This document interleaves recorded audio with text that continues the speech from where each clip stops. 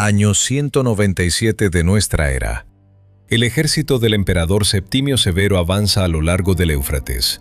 La campaña contra los partos va bien, y en el camino está la ciudad de la que todo romano culto ha leído desde niño, Babilonia. La de los jardines colgantes, la de la torre que llegaba al cielo. Las legiones se preparan para el asalto. No habrá asalto. El historiador Dion Casio lo despachará en media frase. La ciudad fue tomada sin resistencia.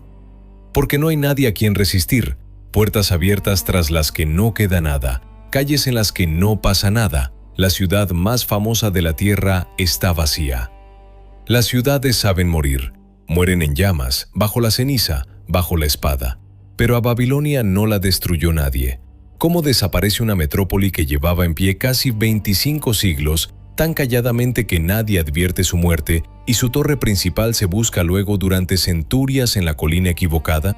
En esta hora viviremos una mañana en la Babilonia viva y veremos al Dios al que le cambiaban la ropa. Sabremos por qué nuestra hora tiene 60 minutos y quién inventó la semana. Encontraremos la verdadera Torre de Babel y escucharemos las voces de sus constructores textualmente. Abriremos el caso sin resolver de su destrucción. Seguiremos la muerte de la ciudad y conoceremos al hombre que quizá fue el último babilonio. Para entender cómo las legiones se encontraron ante el vacío, tenemos que volver casi 700 años atrás, a una mañana en que esta ciudad era el centro del universo. Todavía no ha salido el sol y la ciudad ya está despierta. Por los canales se oye el primer chapoteo de las barcazas que traen dátiles y cebada desde las aldeas río arriba. En alguna parte, un burro protesta. Pero en el recinto amurallado de Esagila, el templo más importante de Babilonia, el silencio es absoluto. Hoy es una mañana cualquiera del año 500 antes de nuestra era, y un grupo de sacerdotes cruza el patio interior hacia la cámara del Dios. No van a rezar, van a vestirlo. Marduk, el señor de Babilonia, no es una idea, ni un símbolo, ni una fuerza invisible. Marduk existe en carne y hueso. Tiene una estatua que come, que duerme, que recibe visitas. Cada mañana, antes del amanecer, los sacerdotes designados le retiran la ropa de la noche anterior, le colocan prendas limpias y disponen ante él una bandeja de fruta fresca. No es una ofrenda en el sentido en que usted y yo entendemos la palabra, es el desayuno de alguien que vive ahí. Marduk tiene una alcoba, una esposa divina que ocupa su propia cámara, un hijo, y toda una corte de divinidades menores que le sirven como funcionarios de palacio. El templo no se parece a una iglesia, se parece a la residencia de un rey que nunca abdica, que nunca envejece y que nunca sale de casa. Y como todo palacio, este también tiene su contabilidad. El sacerdote que entra a cambiarle la ropa a Marduk no es un místico descalzo. Es un profesional con un cargo hereditario, una ración asignada y un lugar preciso en la jerarquía del templo. La fruta del altar no aparece por milagro. Alguien la encarga, alguien la transporta, alguien anota la partida en una tablilla de barro. Esa mañana que a nosotros nos parece un rito sagrado alimenta a toda una administración. Pero hay algo que el sacerdote sabe y prefiere no pensar demasiado. Esa mañana transcurre bajo un poder que no es el suyo. 39 años antes, en el 539 antes de nuestra era, el rey persa Ciro entró en Babilonia sin combate. No hubo asedio, no hubo saqueo. El imperio simplemente cambió de manos, como una empresa que amanece con nuevos dueños. Y al día siguiente de la conquista, los sacerdotes volvieron a vestir a Marduk, y al otro, y al otro. Llevaban 39 años haciéndolo bajo bandera persa, y la rutina no se había interrumpido ni una sola mañana. Al babilonio común le daba la impresión de que el rito era más fuerte que cualquier trono, que los imperios pasaban, pero Marduk seguía desayunando. De noche, cuando las puertas del templo se cerraban, nadie podía entrar. Nadie, salvo los astrónomos. Desde las terrazas superiores de Esagila, un pequeño grupo de hombres observaba el cielo con una paciencia que a nosotros nos costaría imaginar. Anotaban la posición de cada planeta visible, el momento en que la luna cambiaba de fase, las apariciones y desapariciones de Venus en el horizonte. Leer el cielo estaba por encima de la prohibición nocturna. Era, en cierto modo, más sagrado que el propio sueño del dios. Y entre los extranjeros que visitaban la ciudad corría un rumor. Un griego llamado Heródoto, que pasó por Babilonia con los ojos muy abiertos y la pluma más abierta todavía, contó que cada noche subían a la cúspide del templo a una mujer joven, elegida para compartir el lecho del dios. Así lo contaban los griegos. Ningún texto babilónico lo confirma, y a los sacerdotes probablemente les habría parecido una extravagancia de turista. Pero la historia se repitió durante siglos, porque las historias que no se pueden verificar son las que más lejos viajan. Imaginen ahora que la cámara se eleva. Desde las terrazas superiores, el sacerdote que termina su turno puede ver la ciudad entera. Los canales que cruzan Babilonia como venas, los diques que doman al Éufrates, las murallas que ningún ejército ha logrado derribar. Y a 200 metros del templo, la silueta de algo enorme que se recorta contra el cielo del amanecer. De eso hablaremos después. Lo que importa ahora es esto. Esa mañana del año 500 parece eterna. El dios come, los sacerdotes cobran, los astrónomos anotan y el imperio persa mira hacia otro lado. Todo funciona. Todo parece indestructible, y quizá eso sea lo más peligroso de una rutina, que uno empieza a creer que va a durar siempre. Los astrónomos de la terraza superior terminaban su turno. Sus observaciones acabarían en tablas que nadie podía imaginar entonces cuánto durarían. Ustedes las consultaron esta mañana, cada vez que miran el reloj. Pues mírenlo, 60 minutos, 60 segundos. Lo que les late en la muñeca empezó a ensamblarse 14 siglos antes de esa mañana, en la oficina de un mercader. Estamos hacia 1900 antes de nuestra era, no en Babilonia, sino a más de 1000 kilómetros al noroeste, en Kanesh, una colonia comercial enclavada en las montañas de Anatolia. Aquí los mercaderes asirios llevan generaciones vendiendo estaño y tejidos a cambio de plata. Todo viaja en caravanas de burros y todo se anota. En una de esas miles de cartas que han sobrevivido en tablillas de barro, un mercader dicta un mensaje a su socio en la ciudad de Asur. Le habla de una carga que se retrasa, de una deuda que se acumula, de un plazo de pago. Y ese plazo lo nombra con una palabra que nos interesa mucho: Amushtum. Según la interpretación más aceptada entre los especialistas, esa palabra designa un periodo de 7 días. Según la interpretación más aceptada, repito porque la propia fuente matiza al parecer y existen otras lecturas, pero si la lectura es correcta estamos ante algo extraordinario. La semana, esa cosa con la que organizamos toda nuestra vida, no nació en un templo ni en un observatorio, nació en una factura. ¿Y de dónde sale el 60? Hay quien lo explica así. Miren una de sus manos, sin contar el pulgar. Cada dedo tiene 3 falanges, 3 segmentos. 4 dedos, 12 falanges. El pulgar sirve de puntero para ir tocando cada una. Con una sola mano se puede contar hasta 12. Y ahora viene la otra mano. Cada vez que se completa un grupo de 12, se levanta un dedo de la mano que lleva la cuenta. 5 dedos, 5 grupos de 12. 5 por 12, 60. Una unidad mayor que cabe en 2 manos y que se puede partir en mitades, tercios, cuartos, quintos y sextos sin que sobre nada. El 60 es, por decirlo de algún modo, el número más generoso que existe a la hora de repartir. Es una explicación elegante. Puede que correcta, puede que no. Pero la respuesta honesta a por qué exactamente el 60 se convirtió en el número maestro es esta. No lo sabemos del todo. Lo más probable es que tenga que ver con la luna. Un ciclo lunar dura cerca de 30 días, 2 ciclos, 60. Y el dios supremo del cielo, Anu, se identificaba con el número 60. No es que el 60 representara a Anu, es que Anu era el 60. El tiempo llevaba el nombre de un dios. Los especialistas discuten los detalles de esa asociación, pero el hecho en sí está documentado. De la luna salieron los meses y de la mitad del ciclo lunar salió una palabra, Shapatu, el día que marca la mitad, la frontera entre una luna que crece y una luna que mengua. 2 semanas. Ahora pronuncien esa palabra en voz alta. Shapatu. ¿Les suena a algo? A Shabbat, el día de descanso. La tentación de conectar las dos palabras es enorme y más de un investigador ha caído en ella. Pero la conexión no está demostrada. Puede ser un parentesco real, puede ser una coincidencia.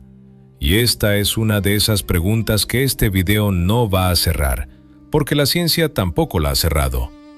Lo que sí sabemos es que el número 7 se fue abriendo camino por todas partes. En la epopeya de Gilgamesh, el texto literario más antiguo que conservamos, todo lo importante ocurre en ciclos de 7 días. Enkidu, el hombre salvaje, pasa 6 días y 7 noches aprendiendo a ser humano. La tormenta del diluvio ruge durante 7 noches. Y en la correspondencia comercial de los mercaderes, 14 siglos antes de nuestra mañana en Esagila, aparece ese Amushtum. Si la interpretación es correcta, la mitad de un Shapatu, un periodo de 7 días. Piénsenlo un momento. Si eso es así, la semana la fijó la contabilidad y la consagró la literatura. Un mercader necesitaba partir el mes en trozos manejables porque el tiempo era literalmente dinero. Plazos de caravana, fechas de pago, intereses que corrían. Y los poetas tomaron ese mismo número y lo convirtieron en el ritmo de los mitos. Aquí está lo que a mí me parece lo más asombroso de todo esto. La semana y la hora no son unidades naturales. No hay nada en el cielo ni en la tierra que dure exactamente 7 días o 60 minutos justos. Son invenciones de una civilización concreta en un lugar concreto hace unos 4000 años. El día y el año los dicta la astronomía, el mes más o menos lo dicta la luna, pero la semana y la hora las inventó alguien, y ese alguien vivía en Mesopotamia. Cada vez que ustedes dicen el viernes que viene o miran cuántos minutos faltan para una reunión, están usando los escombros de un sistema que nació entre el barro y las cuentas de unos comerciantes que ya nadie recuerda. Llevamos ruinas de Babilonia en la muñeca, y ni siquiera lo sabemos. El mercader de Kanesh contaba semanas hasta el regreso a la gran ciudad. No sabía que 23 siglos después de esa ciudad solo quedaría una pregunta sin respuesta. Una pregunta que empieza con un solar a 200 metros del templo de Marduk. La obra más famosa de la historia de la humanidad. La que aparece en los cuadros de Bruegel, en las páginas de la Biblia, en los sermones de 1000 religiones. La torre que los hombres quisieron levantar hasta el cielo, y que Dios castigó confundiendo sus lenguas para que nunca pudieran terminarla. Durante siglos nos enseñaron que era un mito, una parábola sobre la soberbia humana, nada más. Entonces, ¿existió la Torre de Babel? Empecemos por la leyenda, tal como la oyeron generaciones. Los hombres dijeron, edifiquemos una torre que llegue al cielo y hagámonos un nombre. Y la levantaron, ladrillo sobre ladrillo, cada vez más alta. Y Dios bajó a ver la obra, y vio que si los hombres podían hacer aquello, nada les sería imposible. Y confundió sus lenguas, y los dispersó por la faz de la tierra, y la torre quedó sin terminar. Esa es la historia. Ahora vamos al barro. A 200 metros del templo de Esagila, donde nuestros sacerdotes vestían a Marduk cada mañana, hay un solar. Lo que queda en ese solar es la base de una estructura colosal. Se llama Etemenanki, que en sumerio significa casa del fundamento del cielo y la tierra. Es el Sigurat de Marduk, una torre escalonada con una altura estimada cercana a los 90 metros. Para que se hagan una idea, un edificio de 25 pisos. En una época en que la mayoría de la humanidad vivía en casas de un piso, aquello era lo más alto que existía sobre la tierra. Pero lo verdaderamente extraordinario no es la base, son las voces. La torre bajo la que pasaban nuestros sacerdotes había sido terminada un siglo antes de esa mañana, y las voces de los hombres que la construyeron han sobrevivido, no como rumor, no como leyenda, como texto, grabado en cilindros de arcilla. El rey Nabopolassar, que inició la restauración, dejó escrito: en aquel tiempo Marduk me ordenó acerca de Etemenanki, el Sigurat de Babilonia, que antes de mí se había debilitado y derrumbado, asentar sus cimientos en el pecho del inframundo y que su cúspide alcanzara los cielos. Verificar, cotejar con traducción académica al español. Su hijo, Nabucodonosor II, el que la terminó, escribió a su vez: elevar la cúspide de Etemenanki para que rivalizara con el cielo, a eso puse mi mano. Verificar, cotejar con traducción académica al español. Lean eso otra vez. Que su cúspide alcanzara los cielos, para que rivalizara con el cielo. Y ahora recuerden la frase bíblica, edifiquemos una torre que llegue al cielo. La leyenda resulta ser casi una cita de la propaganda real babilónica. Lo que durante siglos se leyó como parábola es, en buena medida, un reportaje. Y las inscripciones no solo conservan las palabras, conservan los materiales. Adobe para el núcleo, ladrillo cocido para el revestimiento, betún como argamasa y cedro de Líbano para las estructuras de los pisos superiores. El cedro venía del otro extremo del mundo conocido, de las montañas de lo que hoy es el Líbano. Nabucodonosor lo dice sin pudor: movilicé todos los países. Corbeas, contratas, importaciones a una escala que hoy llamaríamos logística internacional. La torre no era el capricho de un rey, era un proyecto de Estado que consumía los recursos de un imperio. Ahora bien, el zigurat no es lo que solemos imaginar cuando pensamos en un rascacielos. No se construyó para que las personas subieran a mirar el paisaje, se construyó para que el Dios bajara. Etemenanki era una escalera entre el cielo y la tierra, un lugar de encuentro entre Marduk y los mortales, un edificio no para la gente, sino para el cielo. Y aquí hay que volver un momento al capítulo anterior, al ritual y al misterio. Todo lo que vimos en Esagila, el Dios que come, que duerme, que tiene esposa, está confirmado por los textos babilónicos. Es registro, no leyenda. Pero aquel rumor que Heródoto recogió sobre la mujer que subía cada noche a la cúspide del templo para compartir el lecho del dios, eso solo aparece en Heródoto. Ningún documento babilónico lo menciona. Puede ser verdad, puede ser un malentendido, puede ser pura invención de un viajero griego al que le gustaban las buenas historias. No lo sabemos. Y hay algo más que no sabemos. ¿Cómo eran los pisos superiores?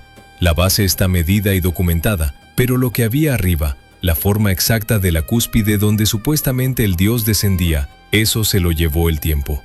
Nadie lo ha visto, nadie lo ha descrito con la precisión suficiente. Es uno de esos vacíos que la arqueología todavía no ha podido llenar. Lo que sí es seguro es que la torre estuvo ahí, que se alzó junto al templo de Marduk, que sus constructores grabaron en barro las mismas palabras que la Biblia pondría después en boca de los soberbios, y que resistió. Esa torre sobrevivió a sus constructores y recibió a los nuevos amos de la ciudad. Durante medio siglo, los reyes persas toleraron Babilonia, su dios, sus sacerdotes, su orgullo, hasta que se les acabó la paciencia. Antes de seguir, quiero pedirles algo. Si la historia les está gustando, les agradecería mucho que le dieran al botón de me gusta. Ese gesto pequeño ayuda a que más personas encuentren este video. Y si todavía no están suscritos al canal, este es un buen momento. Ahora una pregunta.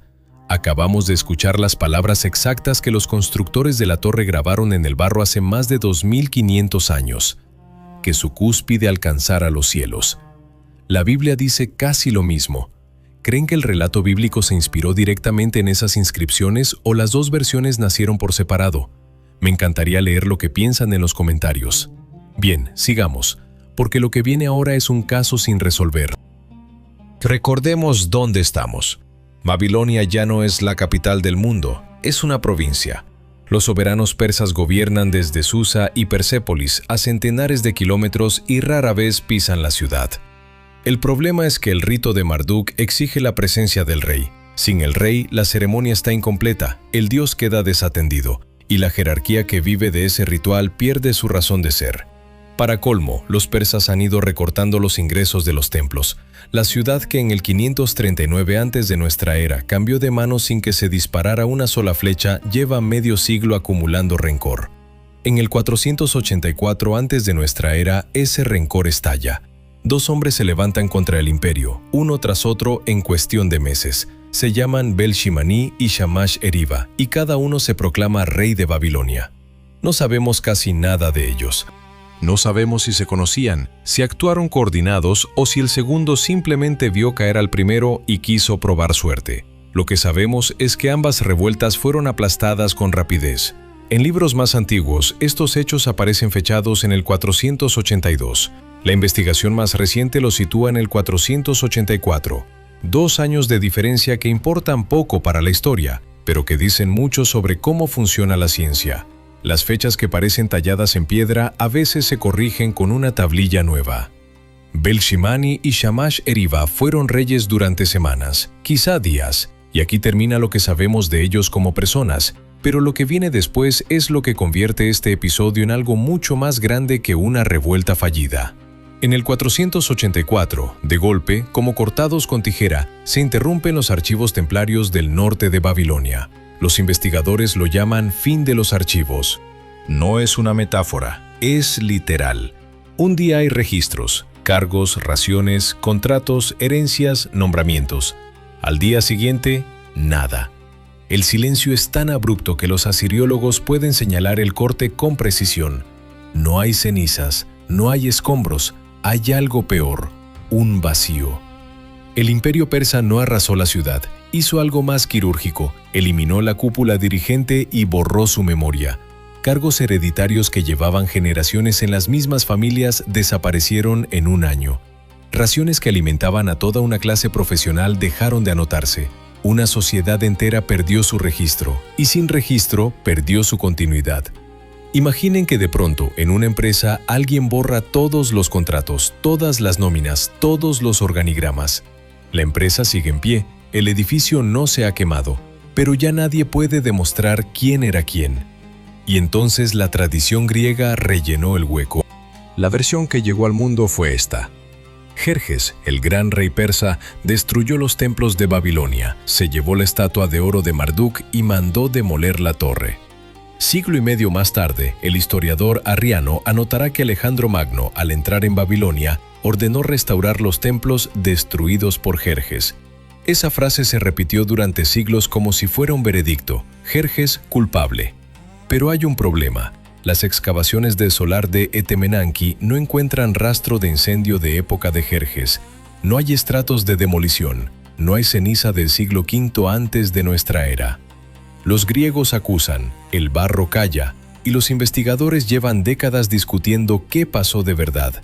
¿Mandó Jerjes derribar la torre y alguien limpió tan bien que no quedó ni un resto? ¿O la torre simplemente se quedó sin patrono, sin mantenimiento, sin sentido y empezó a morir sola, ladrillo a ladrillo, siglo tras siglo? Porque eso es lo que sí está documentado. Desde algún momento de este siglo, la torre es una ruina.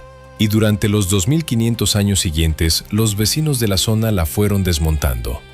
El revestimiento de ladrillo cocido era un material valioso, difícil de fabricar y mucho más fácil de arrancar de una ruina que de coser desde cero.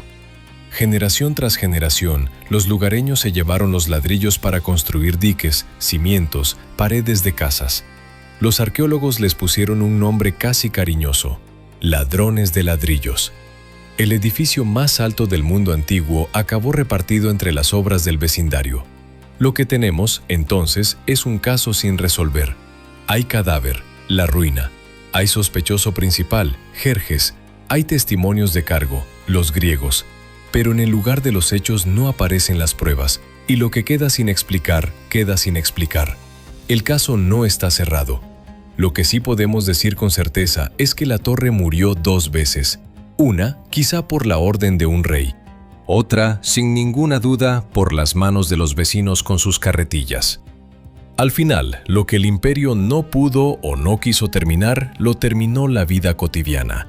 El ladrillo cocido era más útil en un dique que en un monumento al que ya nadie subía. Y aquel fin de los archivos del 484 fue algo más que un castigo. Fue un ensayo de lo que le esperaba a toda la ciudad: el olvido. Pasaron 150 años, y un día, por las puertas de la ciudad envejecida, entró un hombre que prometió devolverle todo. Tenía 25 años y ya había conquistado medio mundo. En el año 331 antes de nuestra era, por las puertas de Babilonia entra un hombre joven a la cabeza de un ejército que no ha conocido la derrota. Tiene 25 años, acaba de destruir al ejército persa en Gaugamela, y el imperio más grande del mundo se está desmoronando ante él como una pared de adobe bajo la lluvia. Se llama Alejandro y llega a Babilonia fascinado. No es un conquistador que entra en territorio enemigo, es un lector que entra dentro de su libro favorito. Alejandro conoce Babilonia de oídas, de los relatos de Heródoto, de las historias que circulaban por las cortes griegas. Ha oído hablar de la torre escalonada que se veía a un día de marcha, del dios que cenaba fruta fresca, de unos jardines que colgaban del cielo. Y lo que ve al entrar lo confirma y lo decepciona al mismo tiempo. La ciudad sigue siendo inmensa, pero lleva siglo y medio de negligencia persa. Los templos están deteriorados, el zigurat es una ruina. El esplendor que las leyendas prometían se ha cubierto de polvo. Su plan es ambicioso y, sobre el papel, lógico. Babilonia será su residencia oriental, el puente entre el mundo griego y el mundo persa, la capital de un imperio que va del Mediterráneo a la India. Y la primera orden que da es simbólica y práctica a la vez: restaurar los templos destruidos por Jerjes, empezando por el santuario de Marduk. Así lo anotó Arriano, el historiador que recogió los testimonios de quienes estuvieron allí. Fíjense, destruidos por Jerjes. Siglo y medio después de los hechos, la acusación que vimos en el capítulo anterior sigue viva, repetida ahora en boca de un testigo de la época. Sigue siendo un testimonio, no un veredicto, pero Alejandro lo toma como un hecho y actúa en consecuencia. Solo que reconstruir un zigurat no es firmar un decreto. En la práctica, restaurar Etemenanki significaba antes que nada retirar los escombros. Años de trabajo. Miles de brazos sacando cascotes, ladrillo roto, tierra acumulada durante generaciones. La soldada se gastaba en limpiar ruinas antes de poder colocar la primera piedra nueva. El proyecto se arrastraba. Las fuentes mencionan que Alejandro puso a trabajar a sus propios soldados, pero ni siquiera un ejército macedonio convierte escombros en templo de la noche a la mañana. Y mientras los escombros no avanzaban, Alejandro sí. Se fue al este, a la India. Volvió. Siguió planificando. Tenía 32 años, tenía el mundo, tenía todo el tiempo por delante, o eso parecía. En junio del 323 antes de nuestra era, Alejandro muere en Babilonia. Las circunstancias exactas se discuten desde hace 2 milenios: fiebre, veneno, alcohol, las tres cosas juntas. Lo que no se discute es el lugar. Murió en el palacio de Nabucodonosor, en la ciudad que había prometido devolver a la vida. La ciudad que iba a ser la capital del mundo se convirtió en su lecho de muerte. Hay algo casi literario en esa coincidencia. El hombre que quiso resucitar Babilonia muere en Babilonia. La oportunidad de una segunda vida muere con él, en el mismo palacio desde el que debía gobernarla. Lo que siguió fue rápido. El imperio se lo repartieron sus generales, los diádocos, y ninguno de ellos tenía la menor intención de invertir en el sueño de un muerto. Babilonia dejó de ser un proyecto y pasó a ser un problema logístico, demasiado grande, demasiado cara, demasiado lejos de las nuevas rutas de poder.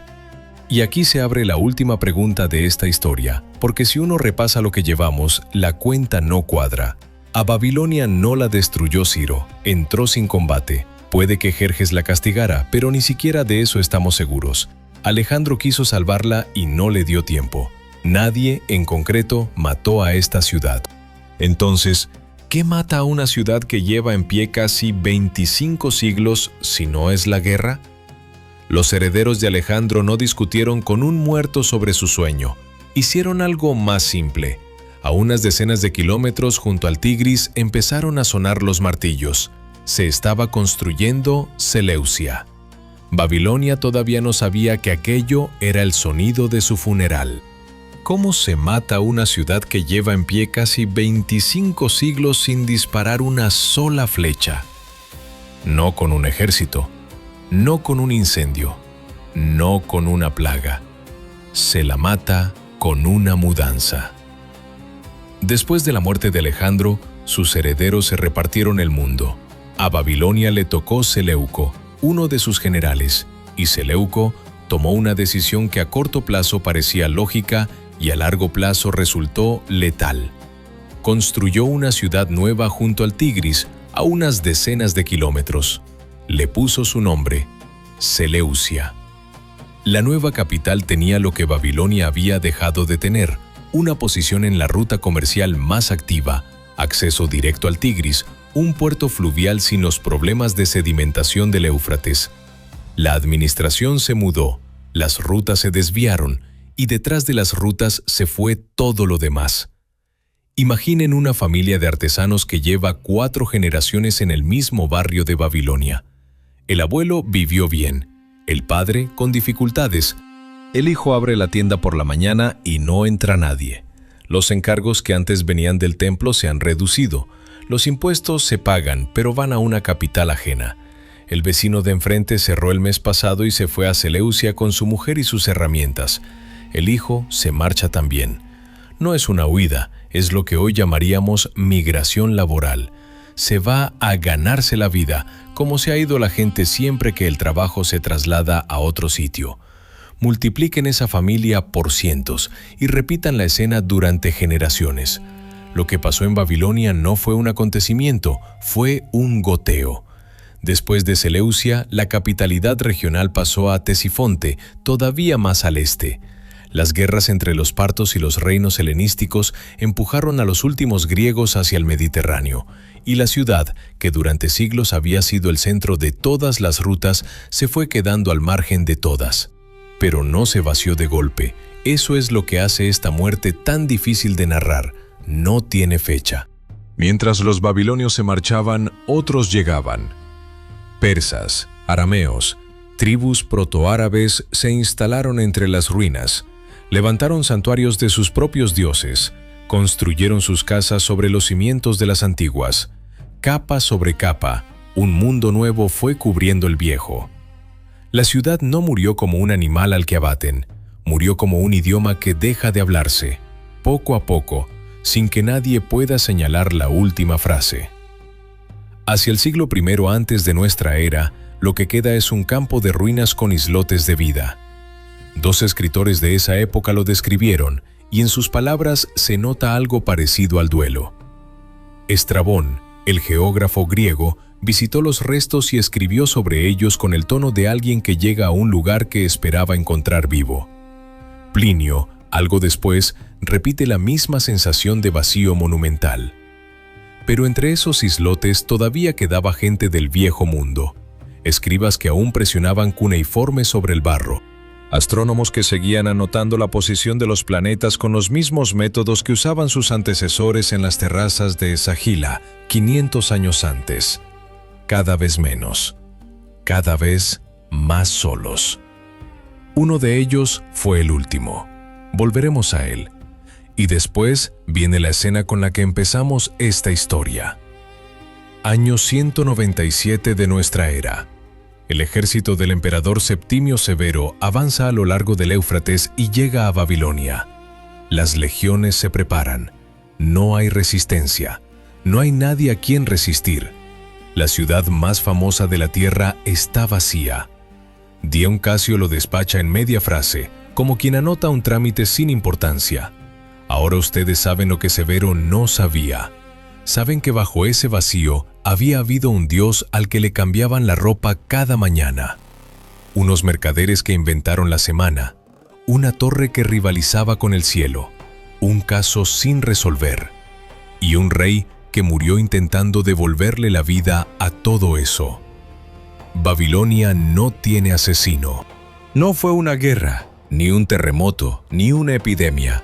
La remataron las nuevas rutas, las nuevas capitales y la ausencia de un poder propio. La ciudad murió de mudanza económica. Como una fábrica que cierra cuando la producción se traslada a otro país. Como una estación de tren a la que le desvían la vía.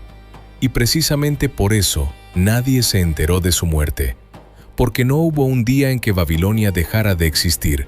Solo hubo un día en que alguien se dio cuenta de que ya no existía. La ciudad murió. Pero las ciudades tienen una segunda muerte, cuando se olvida la verdad sobre ellas. Y esta segunda muerte, en el caso de Babilonia, duró 1700 años. ¿Qué tiene que pasar para que una ciudad muerta regrese? Y aquí viene lo más extraño de todo. El nombre de la ciudad no se perdió jamás. La colina junto al Éufrates se llamó Babil todos y cada uno de esos siglos. Los viajeros que cruzaban Mesopotamia sabían perfectamente dónde quedaba. Podían señalar el lugar con el dedo. Lo que se perdió no fue la dirección, fue la verdad. Durante centurias, la seña de identidad de Babilonia, la torre que llegaba al cielo, se buscó en otro sitio. A unos 15 kilómetros de la colina verdadera había unas ruinas imponentes, el Sigurat de Borsippa, conocido como Birs Nimrud. Era grande, era visible, era dramático. Y durante siglos, viajeros, estudiosos y cartógrafos señalaron aquellas ruinas y dijeron: ahí está la Torre de Babel. Nadie los corrigió, porque ya no quedaba nadie que pudiera corregirlos. El único portador de la imagen de Babilonia que sobrevivió fue la Biblia. Y la imagen que la Biblia transmitió no era la de una ciudad de astrónomos y mercaderes, sino la de la Gran Ramera, la ciudad maldita, el símbolo del castigo divino. El mito se quedó sin competencia. Aquel fin de los archivos que vimos 2 capítulos atrás fue el ensayo general. Primero se borró la memoria de la clase dirigente. Después, los ladrones de ladrillos terminaron el trabajo con el edificio. Y cuando ya no quedan ni documentos ni piedras, lo único que sobrevive es la leyenda. Y la leyenda la escribieron otros. Pero en 1899, un arqueólogo alemán llamado Robert Koldewey llegó a las colinas de Babil con una expedición y una paciencia que hoy nos parecería sobrehumana. Se quedó 18 años. 18 años retirando arena, tierra y escombros, capa tras capa. Y en noviembre de 1900, Koldewey comprendió qué tenía bajo los pies. No eran ruinas cualquiera, era la base de Etemenanki. La torre que se había buscado durante siglos en la colina equivocada tenía por fin una dirección real, unas dimensiones medidas y en los cilindros que fueron apareciendo las voces de sus constructores, las mismas palabras que habíamos escuchado antes, que su cúspide alcanzara los cielos. Así se cierra la segunda mitad de nuestra pregunta. ¿Por qué el mundo recordó un mito en lugar de la verdad? Porque durante 17 siglos no hubo nadie que exhibiera el barro. Y lo que ocurre después es la continuación de la misma historia, solo que ahora estamos en el otro extremo de Mesopotamia, a cientos de kilómetros de Babilonia. Mosul y el Kurdistán, en el norte de Irak, la antigua Asiria. A las ruinas babilónicas esta vez les fue mejor. El llamado Estado Islámico no las tocó, pero la guerra por la memoria se libró en la misma tierra y con las mismas reglas que conocemos. Borrar lo que hubo para que solo quede tu versión.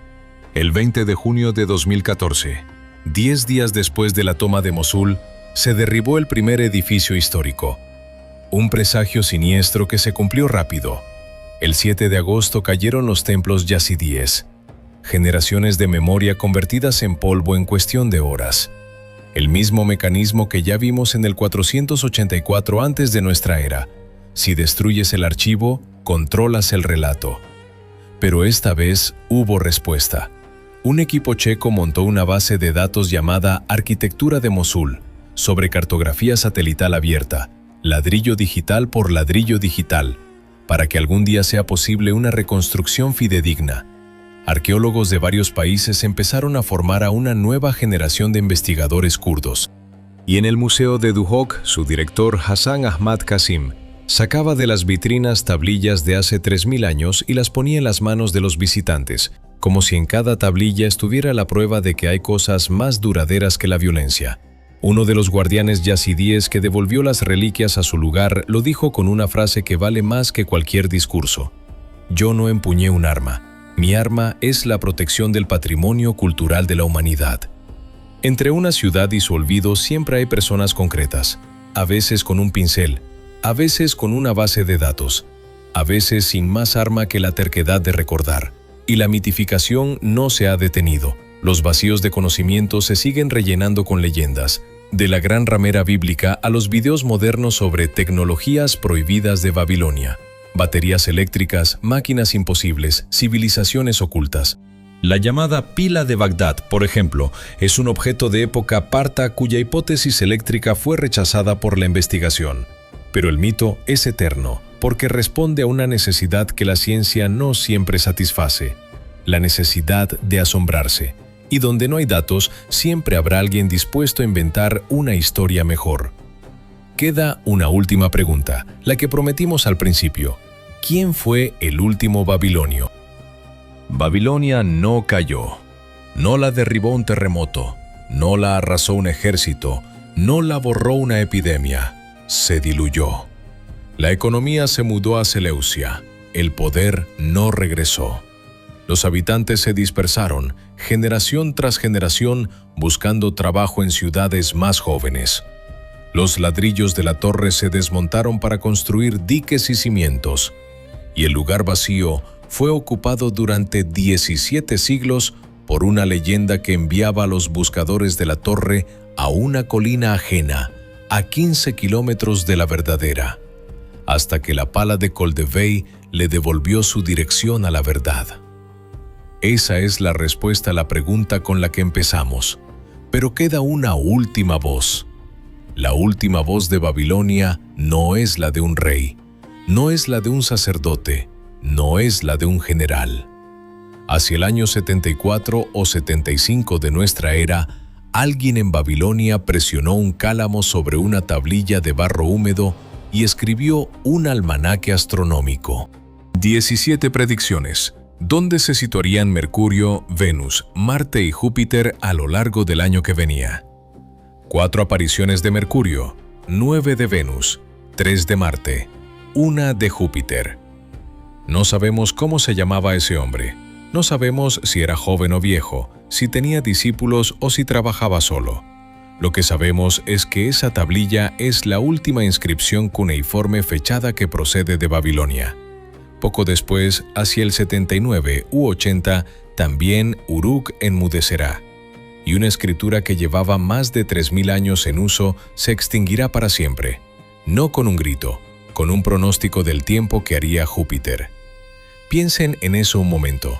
Los astrónomos de Esagila, los que tenían permiso para entrar en el templo cuando todo el mundo dormía, los que anotaban la luna llena mientras Marduk cenaba. 500 años después de aquella mañana del año 500, uno de sus sucesores seguía haciendo exactamente lo mismo. En una ciudad medio vacía, entre ruinas, sin rey y sin templo, alguien seguía mirando al cielo y escribiendo lo que veía. La civilización que empezó observando la luna terminó mirando al cielo.